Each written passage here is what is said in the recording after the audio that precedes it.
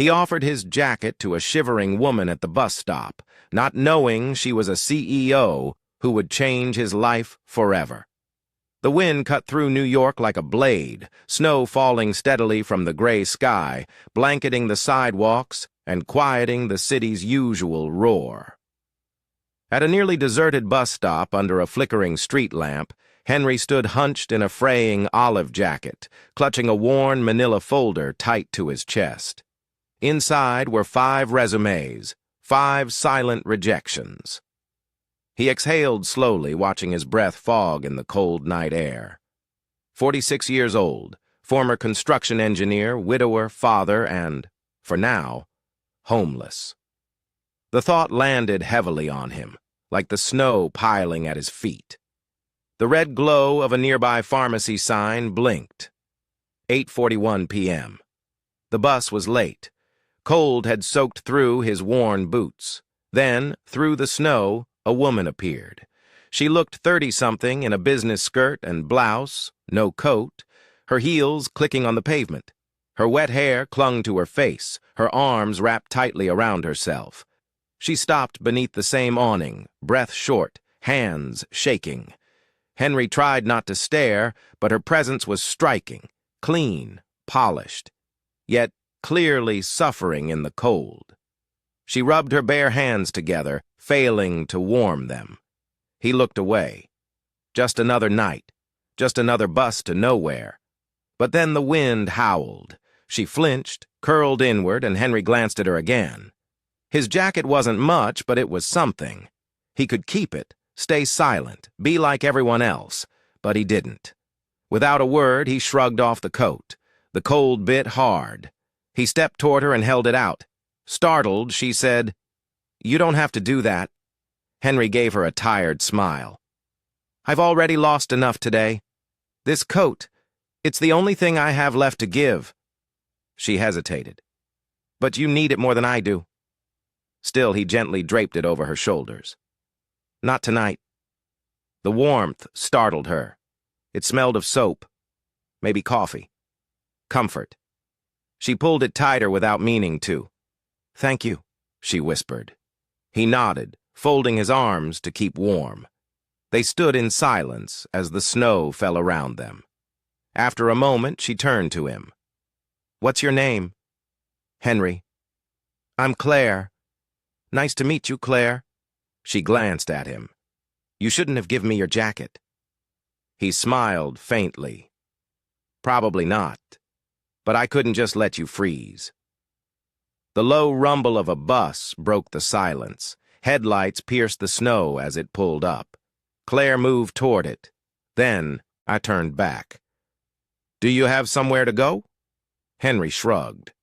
"Somewhere," he said, not explaining it was the back seat of a rusted truck behind a warehouse. She reached into her purse and handed him a card. "In case you ever need anything." He took it, slipping it into his folder without looking. He didn't expect to use it. People said things like that all the time. Most didn't mean it. Claire stepped onto the bus, glanced back once more, the coat wrapped around her like armor. Henry watched until the bus disappeared into the snow. Alone again, he stood shivering, not from the cold, but from something else. Something small, quiet, powerful. He looked up at the sky, then down at the empty street. "Maybe tomorrow," he whispered, then turned and walked into the night. Henry walked slowly through the quiet back streets, snow crunching under his worn shoes.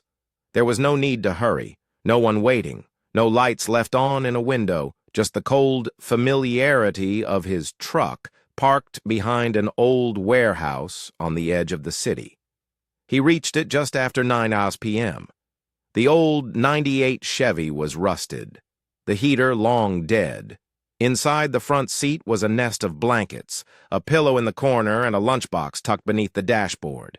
He climbed in, shut the door, and sat in silence. From the glove compartment, he pulled out a small tin box and opened it. Inside was a faded photograph. His wife, Lily, smiling bright, and their son Noah, around 7, with a crooked grin. "Good night, Lily," Henry whispered. "Good night, Noah." He leaned back, eyes on the ceiling, letting memories wash over him. He had once been Henry Miles, structural engineer. He built things, schools, homes, hospitals. He had a wife who taught kindergarten, laughed often, even when life was hard. Their son had her laugh, joyful and unfiltered. They weren't rich, but they were content. Then, the cancer came. By the time they found it, it was already stage 4. Lily was gone in 9 months. Henry left his job to care for her. Afterward, everything unraveled. Bills piled up, savings drained. He sold the house, moved with Noah into smaller and smaller spaces until there was nothing left but the truck. Still, he tried to shield his son. He turned the back seat into a spaceship, canned soup into adventures, a parking lot into their backyard. Every morning, he walked Noah to school, clean-shaven, and with his shirt tucked in. "Why do you still cut your hair?" a shelter worker had once asked. Henry smiled. "Because my son needs to believe things can get better, and I need to look like I believe that too." He worked whatever jobs he could find, moving furniture, fixing gutters, sweeping construction sites. It wasn't enough, but it kept them together until last fall. A social worker stepped in, said it wasn't safe, said Noah needed stability. Henry didn't argue. He knew they were right. Through blurry eyes, he signed the papers, hugged his son, and promised, "Just for now, I'll come back for you." Since then, every day had been a climb. He sent resumes, stood in job fair lines, took notes at free workshops, studied codes at the library. He was building a plan slowly, quietly. Tonight had made that plan feel further than ever. Still sitting in his cold truck, rubbing his arms for warmth, he thought of Claire, the woman at the bus stop. How cold she'd looked, how surprised when he offered his coat. He didn't know why he'd done it. Maybe because she reminded him of Lily, or maybe he just needed to feel like he could still do something good, that he was still the man who gave more than he took. Outside, the snow kept falling. Henry pulled a blanket over himself, leaned against the cold window, and shut his eyes. He didn't have much, but he still had himself, and for now, that would have to be enough. Claire stepped into the sleek lobby of her apartment building, the warmth inside wrapping around her like a soft blanket. The doorman greeted her with a polite nod, but she barely acknowledged him. Her heels clicked softly on the marble floor as she made her way to the elevator, still wrapped tightly in the jacket the stranger had given her. She hadn't intended to take it. In fact, she had tried to refuse. But the man, Henry, he'd said, had insisted with a look in his eyes that quieted any further protest. Now the jacket hung awkwardly on her, too large and threadbare, but warmer than anything she had worn in years. She stepped into her penthouse apartment on the 28th floor and was immediately greeted by silence. No television, no music, no laughter, just the hum of modern appliances and the distant howl of winter wind through thick glass windows. Claire dropped her purse on the entryway table and slowly peeled off the jacket. She was about to set it aside when her fingers brushed against something in the inner pocket. Curious, she reached in and pulled out a folded piece of paper. It was worn, creased at the corners, smudged with fingerprints and time. She unfolded it carefully. It was a child's drawing done in crayon. 2 stick figures stood hand in hand under a crooked sun. One was labeled Dad, the other Me. A small heart floated between them. At the bottom, in uneven handwriting, were the words, "I love you, Daddy. Noah." Claire stood frozen. She stared at the drawing, the words blurring before her eyes. A tremor ran through her, and she sank onto the edge of her couch, jacket still in one hand, the picture in the other, her throat tightening. Noah. The name stuck in her mind like a thorn. The way Henry had held the folder, the tiredness in his eyes, the weight in his voice. It all made sense now. This wasn't just a man who had given her his coat. This was a father. A father who still carried a piece of his child close to his heart. A father who had nothing yet still chose to give. She looked around her apartment. The place was immaculate. High ceilings, designer furniture, glass walls, not a single photo frame or personal touch. A space designed for success, not warmth. Claire folded the drawing gently and placed it on her lap. Then, without thinking, she pulled the coat close and hugged it tightly to her chest. It still smelled faintly of something familiar. Maybe laundry detergent, maybe memory. And suddenly, without warning, tears welled up in her eyes. She hadn't cried in years. Not really. Not since she was a little girl, cold and hungry, sitting on the steps of her church, hoping someone would notice her. That night someone had, a man with kind eyes and a weathered face. He had taken off his coat and wrapped it around her shoulders. He hadn't said much, just smiled and told her she'd be okay. It had been the first act of kindness she remembered, the first time she felt seen.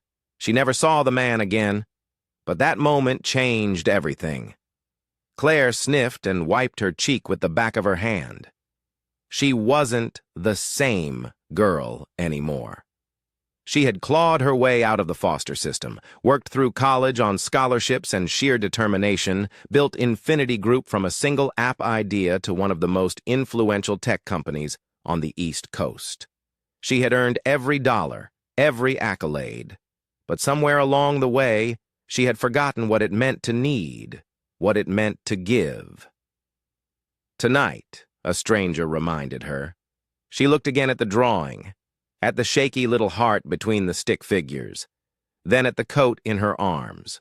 Too big, too worn, but heavy with meaning. And for the first time, in a very long time, Claire Langston cried, not because she was broken, but because something inside her had been gently, beautifully cracked open. The next morning, Claire sat at her desk, a cup of untouched coffee cooling beside her. The skyline stretched endlessly beyond the floor-to-ceiling windows of her office, but her eyes were fixed on the crumpled drawing in her hand. The edges were worn now from being unfolded and folded again, as if she were trying to memorize every stroke of crayon. She had barely slept.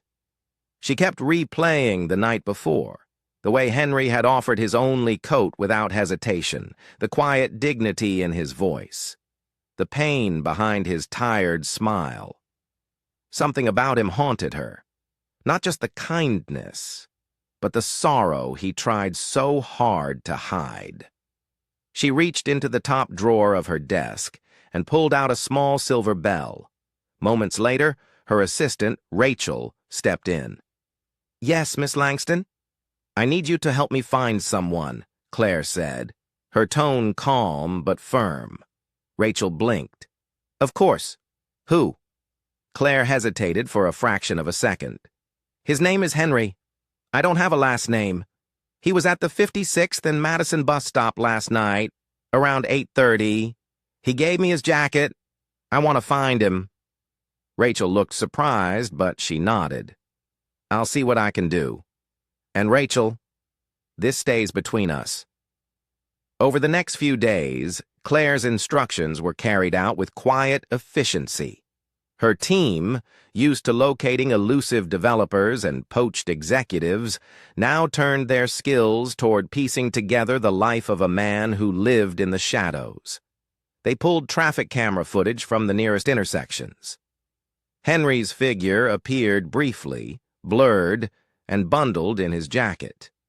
They traced the bus routes that stopped in that area around the time Claire boarded. Cross-referenced with entry logs, they narrowed down a handful of potential riders. None of them matched corporate databases. Finally, Rachel returned with a thin folder. "His name is Henry Miles," she said. He used to be a structural engineer. No recent employment records. I found some online forum posts asking about job openings. He listed a contact number linked to a prepaid phone. No permanent address. Claire flipped through the pages. A copy of an old driver's license photo. A LinkedIn profile frozen in time. A scan of a construction license that had long since expired. No arrest records. No scandals. Just absence. Claire closed the folder. The silence in the room felt heavy. Where is he now? Rachel shifted. One of our guys spotted him yesterday near the south end of the Bronx. There's an old pickup truck parked behind a warehouse. He's been seen coming and going, sleeping in it. Claire stood. I want to go there. Rachel hesitated. Claire, are you sure? We could arrange for someone to approach him or bring him here. No, Claire interrupted. This isn't a meeting. It's personal. Rachel said nothing, but her eyes softened. I'll have someone drive you. An hour later, Claire sat in the back seat of a black sedan as it wound its way through streets far removed from boardrooms and glass towers. They passed shuttered storefronts, graffiti-covered walls, and people who moved with heads down against the cold. The driver pulled up near the warehouse. Claire saw it immediately, the old Chevy tucked into the shadows. Snow piled up around its tires. It looked like it hadn't moved in days. She stepped out into the chill. The air smelled like rust and damp concrete. Her heels crunched softly on the gravel as she walked slowly toward the truck. Through the windshield, she could just make out a figure in the front seat. As she got closer, the door creaked open. Henry stepped out, blinking in the daylight. He looked at her with confusion at first, then recognition. His expression shifted, puzzlement, caution, then something like embarrassment. Claire, he said, his voice rough with sleep and surprise. She offered a small, uncertain smile. Hi, Henry. He looked down at himself, at his wrinkled clothes, the snow-dusted boots, the truck behind him. What are you doing here? I came to find you, she said, simply. He frowned, crossing his arms. Why? She hesitated. Because I couldn't stop thinking about what you did, about the kind of person who gives his only coat to a stranger. Henry gave a bitter laugh. You didn't have to track me down for that. A thank you card would have done the job. It's not about thanks, she said. It's about not letting something good disappear without being seen. For a long moment, they stood in silence. Two people from different worlds, brought together by an unlikely act in a bitter wind. Henry finally exhaled. You came all this way just for that? Claire nodded. Yes, and maybe something more. The next time Claire saw Henry, he was bent over a stack of cinder blocks at a construction site on the edge of Queens. She had waited in her car for 20 minutes, watching from a distance as he moved steadily, silently, hauling, stacking, lifting in the biting cold with the quiet resolve of a man used to being overlooked. He wore a worn flannel shirt, the sleeves rolled to his forearms despite the chill, and his breath puffed out in visible clouds. His hands were calloused, nails dirty, but his movements were precise, efficient, purposeful. When he took his break and sat on a low wall with a plastic water bottle in hand, Claire stepped out of the car and walked toward him. Henry looked up and did a double take.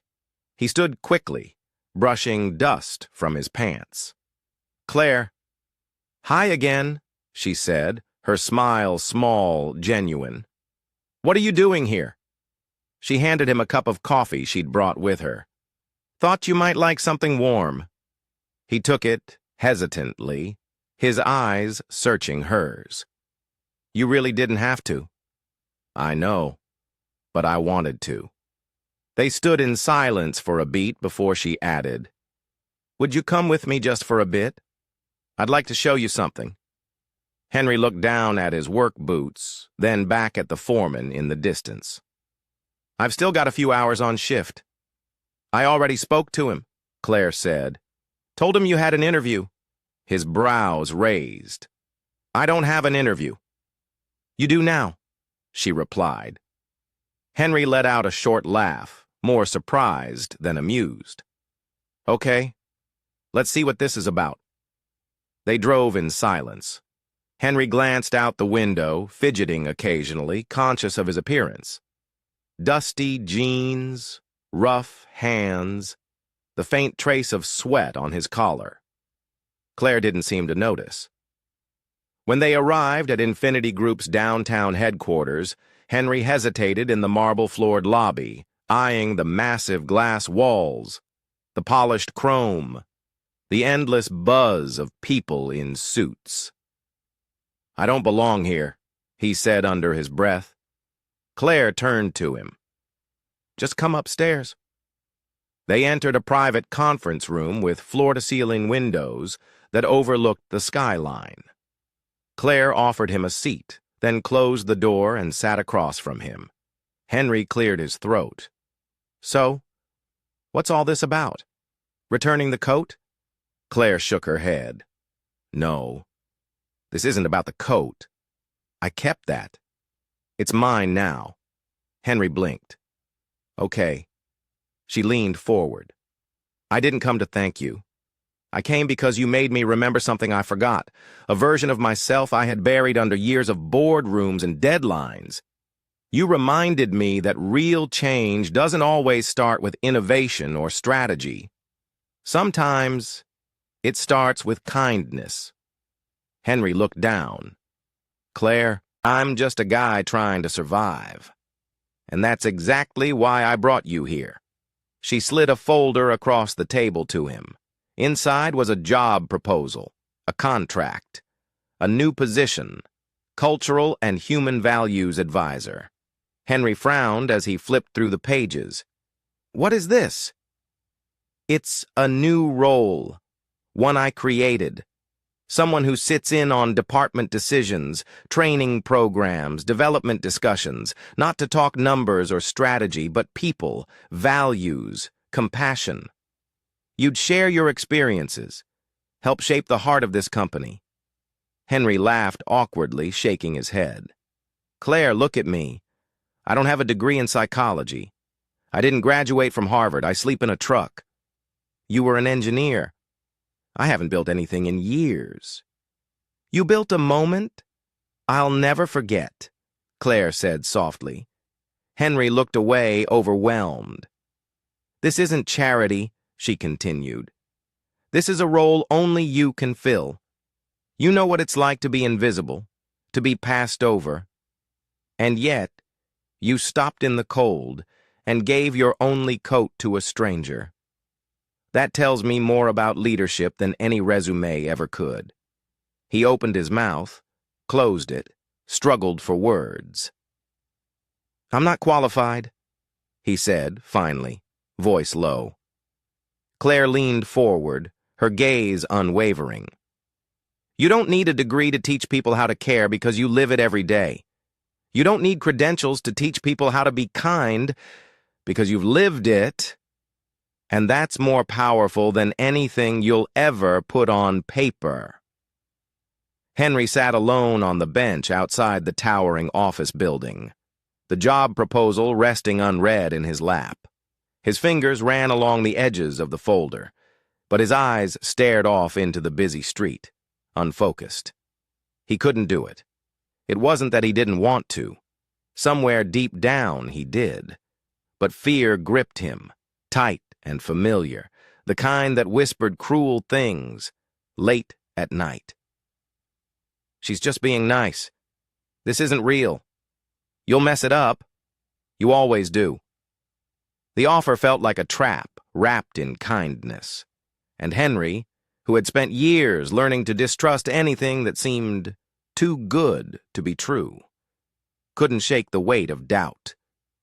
He didn't see Claire step out of the building and walk toward him until she sat beside him in silence. You haven't opened it, she said softly. Henry gave a dry chuckle. Didn't think I needed to. I already know how this ends. Claire tilted her head. How? Someone like me doesn't end up in a place like this. You don't build a company like Infinity by hiring people who sleep in trucks. You think I made you an offer out of pity? I think I don't belong in your world. Claire looked ahead for a moment, then stood. Come with me just for an hour, Claire. No suits, no meetings. Just trust me. Against his instincts, he stood. They drove in silence for over 30 minutes, away from the city's shining towers and into a quieter part of town.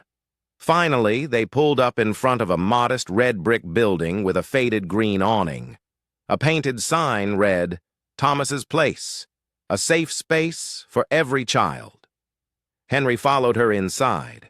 The walls were bright, covered in handprints, painted animals, quotes about kindness. The air smelled faintly of crayons and warm bread. Laughter echoed from down the hall. High, joyous, unfiltered children. Claire led him past a community kitchen, a reading room, into a wide playroom filled with second-hand toys and handmade posters. Kids of all ages were sprawled across the floor, building puzzles, reading, playing. This place, Claire said quietly, was named after the man who saved me. Henry looked at her. I grew up in foster homes, bounced around. Some were kind, some weren't. One night I ran away. It was freezing. I was 12. I curled up outside a church just waiting for morning. She paused. Her voice softened. He found me. An old man named Thomas. He gave me his coat, sat with me all night, didn't ask questions. Just stayed. Henry didn't speak. He couldn't. I never saw him again, Claire continued. But that moment, it was like someone reached into the darkness and said, You matter. I built this place because of him. She turned to face Henry fully. And last week, someone else gave me a coat. Didn't know who I was. Didn't ask for anything. Just gave. Henry swallowed hard. You remind me of him, she said. Not because of what you gave me, but because of who you are. They stood in silence, surrounded by the sounds of life and laughter. Henry's eyes wandered across the room at the children playing, a volunteer tying a shoelace, a young boy reading aloud with too much energy. It felt warm, real. Claire touched his arm gently. I don't need you to fit in a boardroom, Henry. I need you to remind people of this, of what it means to care.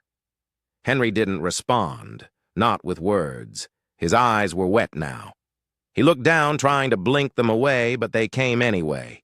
Quiet, unguarded tears. And then he nodded. Not for the job, not for the salary or the title, but because for the first time in years he felt it. He was still needed, still useful, still human. Henry stood motionless in the center of a room full of joy and laughter. A single tear trailed down his weathered face, not out of sadness, but from the profound relief of realizing he still mattered. Henry's first day at Infinity Group didn't start with fanfare. There was no welcome party, no press release, just a quiet meeting in a small, glass-walled room on the 5th floor with a few skeptical department heads and a stack of sticky notes. Claire had introduced him simply. This is Henry Miles. He's here to help us build something more meaningful than just profit.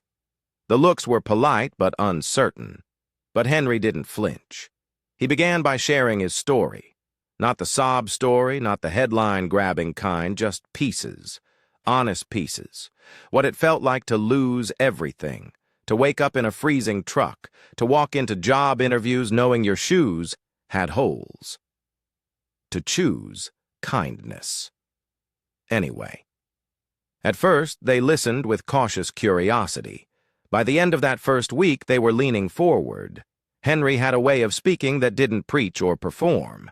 He asked questions that made people pause. When was the last time you really looked someone in the eye? Do you know the name of the janitor who cleans this floor? What would you do if you saw someone crying in the break room? He didn't come in with charts or data. He came in with empathy. Slowly, a shift began. One by one, employees started seeking him out. First, the interns, then junior developers, then department heads. Some came to talk about stress, others about burnout. A few came just to sit quietly during lunch. Henry listened, and when he spoke, he didn't offer solutions. He offered perspective. "You're not broken," he once told a young programmer who confessed he hadn't slept in 3 days. "You're just tired. Being tired doesn't mean you're weak. It means you've cared for too long without someone caring back." That line ended up taped to office doors, printed on mugs, quoted in all company emails. Claire watched it all unfold from her corner office. She saw how break room chatter changed, how laughter returned, how productivity rose, not because of pressure, but because people felt seen. It wasn't long before Henry had an official space of his own. Small, cozy, filled with plants, second-hand books, and a coffee pot that never seemed to empty. Outside of work, life began to rebuild in quiet, meaningful ways. With Claire's help and a small housing stipend from the company, Henry was able to put a down payment on a modest one-bedroom house on the edge of Brooklyn. It wasn't much, but it had a porch, a garden plot, and walls that didn't rattle in the wind. More importantly, it had room for Noah. Now, in his first year at a local university, Noah had moved back in with his father. Their first dinner in the new house was simple, spaghetti and garlic bread, but Henry would remember it for the rest of his life. "You kept your promise," Noah had said that night, tearing up. Henry hadn't answered. He couldn't. Not with words. But the look in his eyes said everything. As for Claire, she and Henry saw each other nearly every day. At first it was about work, meetings, strategies, collaboration. Then, without trying, it became more. They started eating lunch together, then walking to the subway together. Then weekend coffees turned into evenings spent watching old movies, talking about everything and nothing. It wasn't dramatic.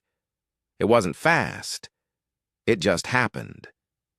They were two people who had spent years building armor around themselves only to find comfort in the quiet company of someone who didn't ask for anything but presence. One late afternoon, as they stood on the rooftop of the building, watching the sunset behind the skyline, Claire said softly, "You've changed this place, Henry." He chuckled. "No. I just reminded them what they already knew. And you reminded me too." Henry had just finished a workshop on resilience when a young man lingered after everyone else had left. He looked no older than 22, skinny, pale, eyes ringed with sleeplessness. "I just wanted to say something," he said, voice shaking. "Last month I was going to quit. Everything, life. I was done. But then I heard you speak, and it stopped me." Henry stood still, heart pounding. "You said something about how people don't need to be fixed. They just need to be heard. No one had ever said that to me before. It felt like someone finally saw me." The young man swallowed hard. "If it weren't for you, I don't think I'd be here." Henry's chest tightened. He stepped forward and placed a hand on the young man's shoulder. "I'm really glad you are." After the young man left, Henry sat down in his chair, the room suddenly quiet, the words echoing in his mind. He had once wondered if he'd ever matter again. Now he had his answer. The atrium of Infinity Group had never looked like this before. Gone were the banners of quarterly achievements and product launches. In their place hung soft white drapes, strings of warm lights, and a massive sign that read, in elegant lettering, "One Kindness Day." Employees stood shoulder to shoulder, dressed in their best, not for business, but for something far more meaningful. On the center stage, Claire Langston stepped up to the podium, her eyes sweeping across the room. "This day isn't about metrics," she began. "It's about moments." The room quieted. A year ago, I was standing at a bus stop in the freezing cold, alone, tired, and more lost than I realized. And then, a man whom I had never met did something no one else had that night. He gave me his coat. A murmur of recognition stirred through the crowd. Claire smiled softly. It was old, worn, but it was everything because it reminded me that kindness, real kindness, doesn't wait until it's convenient. It shows up when the world least expects it. She turned to the easel beside her and removed the cloth draped over it. There, behind a glass frame, was the very same coat, frayed at the sleeves, faded from years of use, but preserved like something sacred. Beneath it, engraved on a bronze plaque, read the words, "One small act of kindness can rewrite a life." Claire's voice wavered slightly. "That act didn't just change my night, it changed the course of my life. And today, we honor not just that moment, but the man who made it possible." She turned toward the edge of the stage. "Henry, will you come up here?" Henry stood slowly from his seat, dressed in a simple suit, borrowed from a friend, but pressed with care. He made his way through the applause. His face, still lined with time and hardship, now carried something lighter, something peaceful. He stepped up beside her. Claire reached into her pocket and pulled out a small envelope. "This belongs to you," she said. Henry opened it. Inside was the titled deed to his new house, stamped and official. Gasps echoed through the crowd. Claire leaned in with a smile. "No more sleeping in trucks." The room erupted in applause once again, but Henry held up a hand. "I actually have something, too," he said, reaching slowly into his jacket pocket. From it, he pulled out a small box, simple, worn, clearly held onto for some time. He looked at Claire, heart pounding.